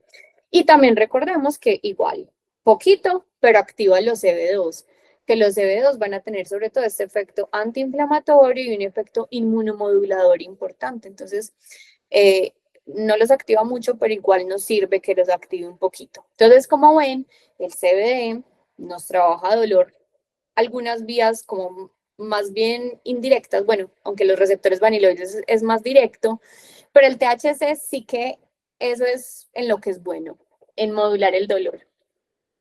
Muy bien, espero que vayamos bien hasta acá. Primer punto, como maluco en el final de la vida, el manejo del dolor. Acabamos de ver propuestas, ¿cierto? Cuando tenemos síndrome de disfunción cognitiva o cuando hay miedo, cuando hay ansiedad, que de hecho, cuando los animales envejecen, usualmente cambia la agilidad en el cuerpo, cambia la fuerza física, los órganos de los sentidos funcionan diferente. Eso es el cóctel perfecto para que un animal se sienta más inseguro. Es más, en esta etapa final de vida puede empezar a ver esta sensación de inseguridad o de nerviosismo, de miedo, porque es que es un entorno en el que yo ya sé que mi cuerpo no va a responder como antes.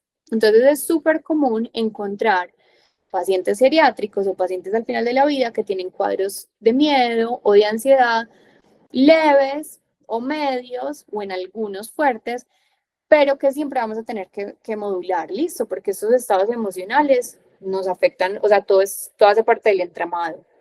Importante, en los animales geriátricos que ya están en etapa geriátrica, tenemos una menor densidad de los receptores CB1. Es decir, vamos a necesitar estimularlos, vamos a necesitar estimular también el sistema cannabinoide como tal, porque de por sí la vejez ya trae menor densidad en estos receptores, que ya vimos lo importantes que son para regulación nerviosa, cognitiva, sensorial, emocional, etc. Entonces, cuando hay disfunción, síndrome de disfunción cognitiva, el THC, perdón, va a ser interesante porque resulta que se ha visto que el THC tiene un efecto directo en la placa de esta proteína beta-amiloide. ¿Listo? Recuerdan que la acumulación de esta proteína era la que me iba generando el deterioro cognitivo y por ende el deterioro emocional, pues en la regulación emocional. Pues el THC tiene efecto directo en esa placa que se forma. También el THC, si uno de sus puntos muy interesantes era poder regular el dolor, aquí llegó Selva a saludar, poder regular el dolor. Otro punto en lo que el THC es súper bueno es en la neuroprotección. ¿Listo? Es quien tiene un gran potencial neuroprotector, que cuando tenemos una disfunción cognitiva o un deterioro cognitivo, sí que lo necesitamos. Y de todas formas, aunque no haya una disfunción cognitiva, es decir, que ese animal o ese paciente, pues siga intacto en términos cognitivos, no haya perdido hábitos higiénicos, siga ubicándose bien en el espacio, etcétera. Si hay miedo o si hay ansiedad, ese cambio en la regulación del estrés, pues va a haber más cortisol y por ende vamos a tener más neurotoxicidad y menor regulación del sistema nervioso central a raíz de ese cortisol. Entonces, sí o sí, yo necesito neuroproteger, porque si hay miedo o ansiedad, aumenta cortisol, que va a ser lesivo para estas estructuras y por ende yo necesito protegerlas. Listo. También, gracias a la interacción que tiene con los CB1, va a mejorar la plasticidad sináptica. Eso es muy útil porque vamos a tener unas respuestas más rápidas, una adaptación mejor. También disminuye la neurooxidación, de ahí viene parte de su efecto neuroprotector, y esto lo hace tanto por el efecto en receptores CB1 como CB2. Disminuye la hiperexcitación que se da en las células de la glía, que eso es súper importante cuando hablamos de toda la parte cognitiva. Y calma, esto me gusta mucho porque el THC calma las respuestas amigdalares. Resulta que ahorita mirábamos que la amígdala es esa encargada de como de darle al cuerpo la alarma de que algo muy grave está pasando. Por eso se encarga de las reacciones lucha, huida o parálisis, ¿cierto? Que son reacciones muy automáticas. Pues resulta que cuando hay miedo o cuando hay ansiedad o un animal que ya tiene una disfunción cognitiva y se pierde y por ende está más inseguro, es muy posible que aquí se nos hiperactive la amígdala. Incluso que los pacientes o los animales viejitos tengan secuestro amigdalar. ¿Qué es el secuestro amigdalar? Es, imagínense que la alarma de la casa se quedó prendida y no hay nada pasando, no hay ladrones, no hay absolutamente nada, pero no se apaga. Ya llegaron, están intentando desactivarla y no se desactiva. El THC nos calma esa respuesta en la amígdala. Entonces, como ven, en la parte del sistema nervioso central, el THC sigue siendo protagonista. Pero, ¿qué pasa? El del efecto ansiolítico como tal va a ser el CBD. Entonces, si hay miedo o ansiedad, yo ahí tengo que, a pesar de que el THC me protege estructuras nerviosas, yo igual necesito tener una buena cantidad de CBD porque es el que me va a dar el efecto ansiolítico, el que va a ir a interactuar, como vimos ahorita, con esos receptores de serotonina que también me cambian la forma en la que yo me relaciono con estos estímulos, teniendo mucho cuidado en algo, y es que el CBD tiene efecto ansiolítico, pero pasa algo y es que tiene un efecto bifásico, y es que a dosis bajitas es ansiolítico, es decir, nos sirve para calmar la ansiedad, pero el CBD a dosis altas me genera la respuesta contraria, es decir, me genera más ansiedad. Así que un motivo más por el que yo no utilizo ni recomiendo aislados de CBD, porque es más fácil que me pase esto del efecto bifásico. Entonces, el cannabis medicinal trabaja con dosis muy bajitas, por eso es tan seguro utilizar el THC en las fórmulas y por eso igual con esto del efecto bifásico, reconocer que el CBD no es, mejor dicho, el dios, que lo han pintado mucho así, porque igual nos pudiera generar efectos no tan chéveres. De hecho, con Lola, eh, por muchos años no usamos cannabis medicinal porque en algún momento, cuando ella empezó a envejecer, empezó a desarrollar miedo a la pólvora. Y comencé con una dosis más alta en CBD y resulta que fue súper sensible al CBD y tuvo unas respuestas indeseadas que hizo que yo dijera como, uy, no, Lola es súper sensible, no le voy a dar nada, pero ya en su etapa final de vida me di cuenta que a ella le caía era súper bien el THC y que paradójicamente el que se considera más seguro era el que era más inseguro para ella, el CBD. Entonces, como que aquí no se trata de decir este es mejor o peor, pero sí que sepamos que la planta completa nos ofrece un sinnúmero de posibilidades que es chévere que yo pueda jugar con ellas. Listo. En la alteración del ciclo de sueño, que ahorita lo hablábamos, este es otro de los puntos claves que vamos a tener que tratar. Un punto importante es que los cannabinoides, sean los que vienen de la planta o sea los que vienen del cuerpo, modulan el GABA, que es este neurotransmisor inhibitorio, es decir, inducen respuestas de relajación. Por eso va a ser importante que utilicemos cannabinoides de planta o que modulemos el sistema endocannabinoide con otras estrategias que la pueden ver, como les digo, en los videos anteriores, pues en clases anteriores, porque nos van a modular GABA y además ayudan a que el ciclo circadiano vuelva y se sincronice. Es muy común en la etapa final de vida que encontremos que se invierte el sueño el ciclo, perdón, de sueño y de descanso, de sueño y de actividad, perdón, que en la noche, y esto estoy casi segura, si viven con animales viejitos o si tienen pacientes viejitos, saben que en la noche usualmente se nos descoordina ese ciclo y empieza más actividad nocturna. Y esto es supremamente complejo para la familia, porque es una familia totalmente deteriorada, sin energía, que no duerme, y eso tenemos que cuidar mucho nosotros también al cuidador.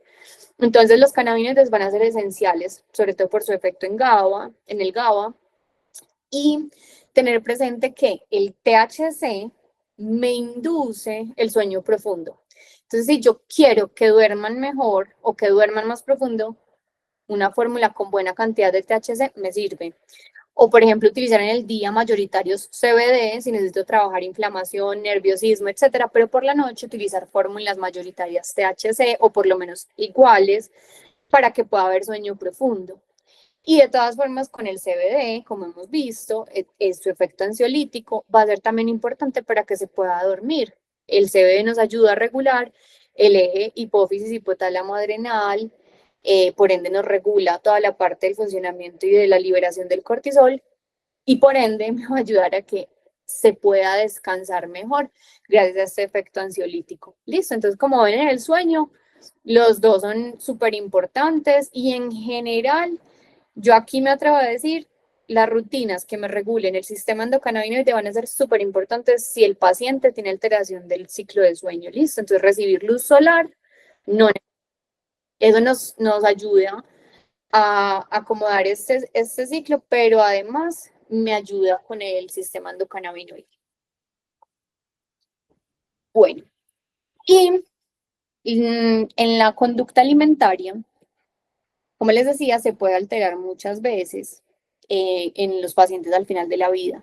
Usualmente hay una disminución, pero también puede pasar que aumente el apetito. Sobre todo nos pasa, bueno, en gatos también, pasa mucho en perros, pero digamos, tengo una paciente felina de 18 años que es requete comelona, tenemos una cosilla por ahí en tiroides, pero importante reconocer que el THC estimula el apetito. Entonces, si ese paciente geriátrico tiene demasiadas ganas de comer, pide comida todo el día, intentemos poner como eso también en la balanza, porque sí, puede que necesite modular el dolor, pero yo no le puedo dar mucho THC porque entonces va a vivir muerto del hambre todavía más. Listo, entonces por eso es que la medicina con cannabis es una medicina individualizada. No es una medicina como, está al final de la vida, dale esta formulación. No, porque depende de quién la va a tomar. Entonces, reconocer aquí que el sistema endocannabinoide, uno de sus pilares principales es que está directamente relacionado con el apetito, con el placer de comer. Listo, esa sensación placentera tiene que ver con el sistema endocannabinoide, también con la sensación de hambre. Y lo que les decía, el THC como tal nos va a estimular súper bien, o sea, es perfecto para estimular el apetito. Entonces, si vemos que un paciente está al final de la vida y el apetito es muy disminuido, vamos a dar fórmulas que tengan una buena cantidad de THC para que el apetito nos aumente. Listo. Y también algo que hace el THC es que estimula la liberación de dopamina, que me genera esta sensación placentera cuando como, aumenta el disfrute, que a veces lo que pasa en los pacientes geriátricos o que están al final de la vida es que el disfrute está súper comprometido. Entonces, en esta etapa yo quiero priorizar disfrute. Entonces, el THC me ayuda a que esto ocurra. Aquí les dejé unas cuantas recomendaciones. Si la conducta alimentaria está alterada, y es que si está aumentada, es decir, tiene mucha hambre, por favor, reconozcamos que les podemos cambiar la frecuencia de alimento. Tengo pacientes al final de la vida que comen 4 veces al día.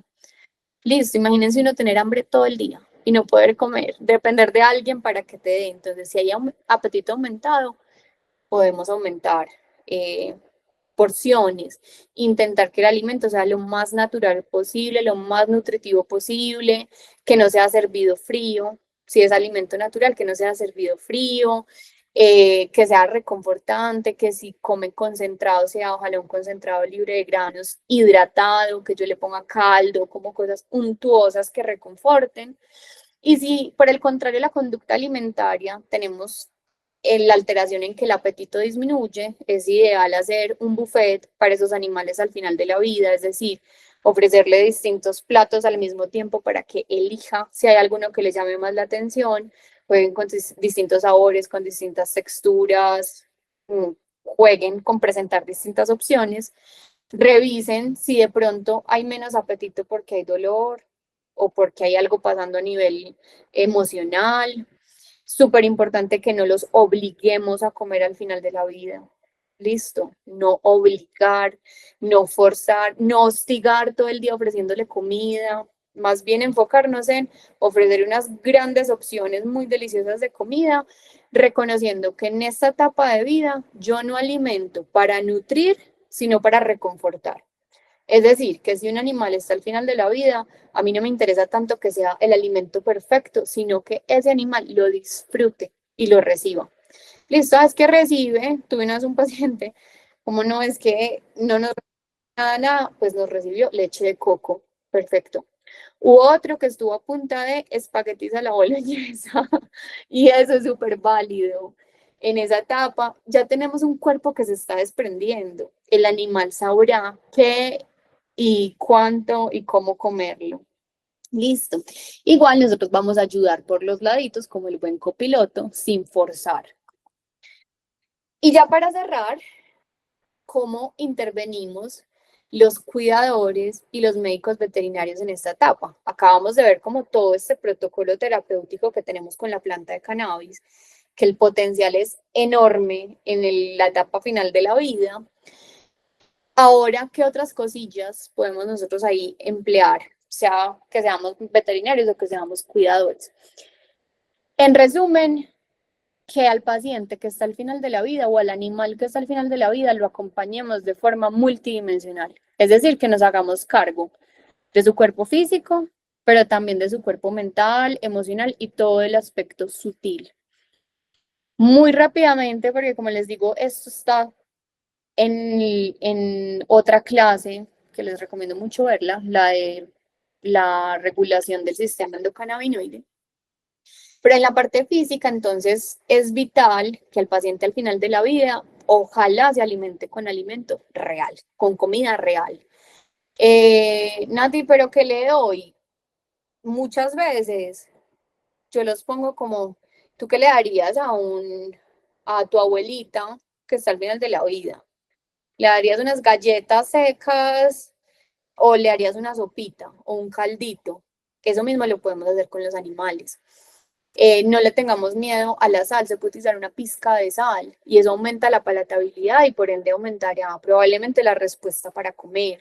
Lo que les hablaba del buffet, de no obligar, cuidemos mucho la temperatura, el sistema endocannabinoide también tiene que ver con la regulación de la temperatura, usualmente al final de la vida se pierde calor.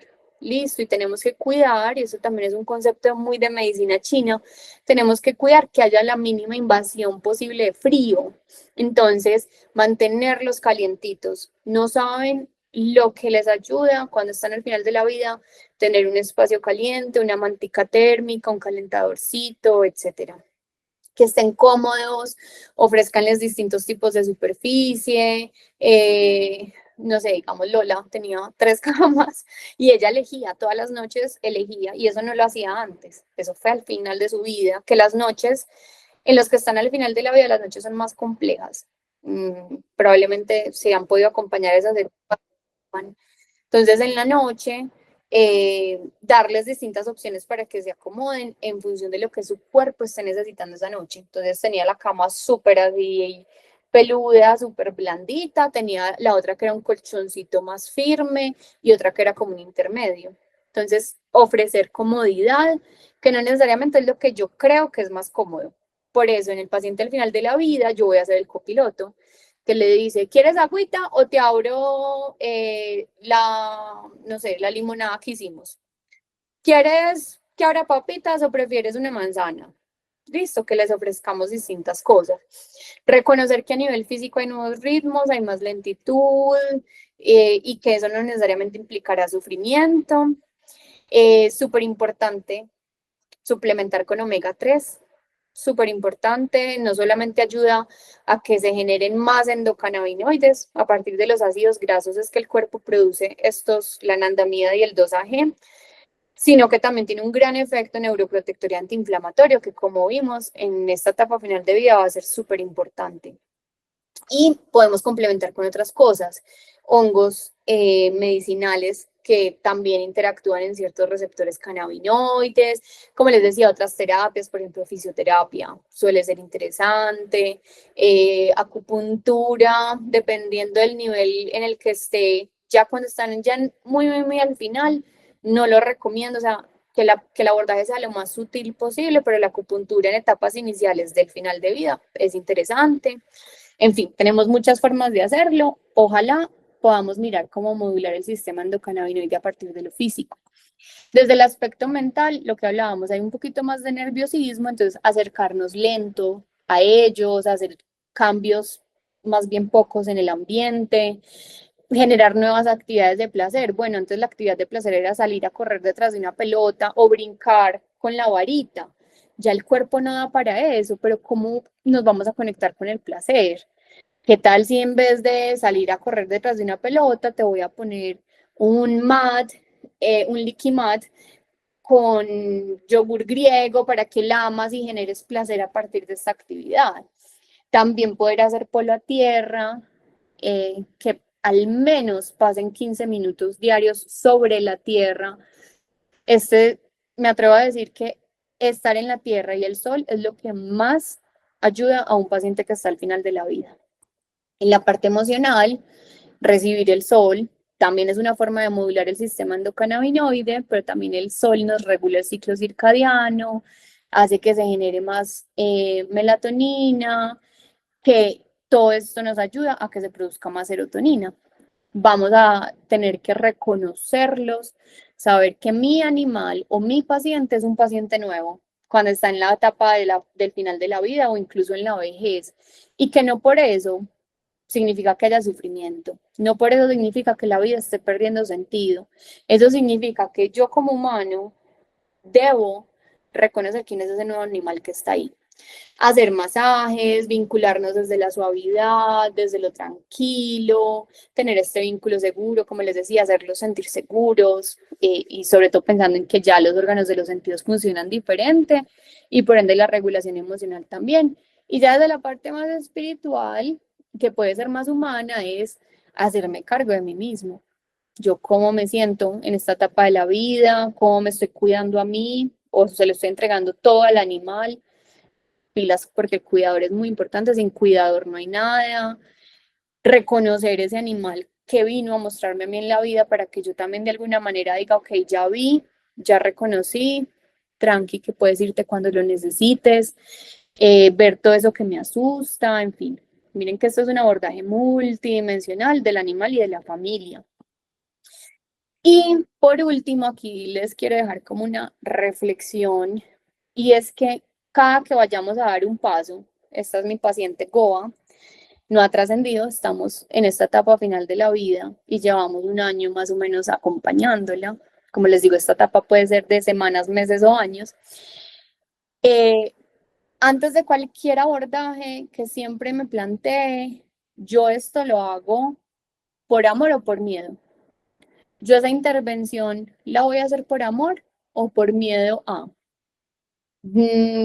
Mi forma de acompañarlo, ¿lo estoy haciendo desde el miedo o lo estoy haciendo desde el amor? En esta etapa va a ser vital que ese sea nuestro filtro.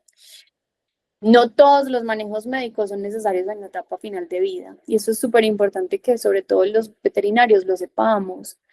Como les decía, no se trata de hacer una carrera contra la muerte, se trata de que yo ponga a disposición de mi paciente todas las herramientas que tengo para que viva mejor el tiempo que mi paciente quiera, porque yo ya sé que ese cuerpo se está desprendiendo, rápido, lento, pero lo está haciendo. ¿Cómo yo te apoyo sin saturar de procedimientos médicos?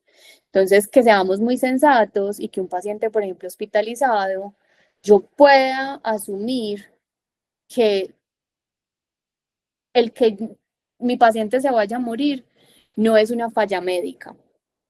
Listo. Y cuando yo reconozco que la muerte no es que yo haya fallado, sino que es inevitable que suceda. Cuando yo reconozco eso, más fácil le doy de alta a un paciente hospitalizado para que vaya y muera en su casa. Entonces, cuando le doy de alta, es necesario hacer ese examen, es necesario tantos chuzones. ¿A mí de qué me sirve saber si eso está muy alto o no? Si tengo una intervención que sea razonable para mejorar ese parámetro que me salga alterado, ok, podría valer la pena hacerle ese examen. Pero si yo le hago ese examen solo por la sed de saber, que a veces los médicos podemos caer en esta, si no le ponemos el ojo en esta sed insaciable de yo necesito saber y queremos tener 1000 exámenes, 1000 cosas para al final no hacer nada. Entonces, que yo todo el tiempo me pregunto, ¿este examen sí es necesario? O ya dejamos de hacerle exámenes. Ay, es que como tendrá la creatinina, ya se está desprendiendo, que nos interesa cómo está la creatinina, lo vamos a hospitalizar, le vamos a hacer este otro manejo, vamos. No, entonces, ¿para qué queremos saber? No es necesario siempre saber. Siempre preguntarnos si ese manejo puedo hacerlo en casa. Listo. Yo lo que menos quisiera, si estoy en el final de mi vida, es estar en un lugar que no es mi lugar seguro. Lo mismo aplica para los perros y para los gatos. Y quitarnos de la cabeza esto de la expectativa de vida. Yo sigo sin entender cómo es que o dónde reparten ese poder sobrenatural que nos permite decir que a ese paciente le quedan 6 meses o le quedan 3 meses. No, con este diagnóstico no vive más de un año. ¿Quién nos dice eso? ¿Quién nos dice? O sea, nunca lo he podido entender, no he tenido mucha lógica para mí, no he sabido ni siquiera cómo es que lo calculan, y sobre todo a mí todos los pacientes me demuestran lo contrario, porque tengo muchos pacientes ahora en su etapa final de vida que iban para eutanasia hace un año y medio y están vivos, tranquilos, sin sufrimiento y contra todo pronóstico médico. Entonces, encasillémonos como médicos más bien en hacer que hoy mi paciente viva muy bien.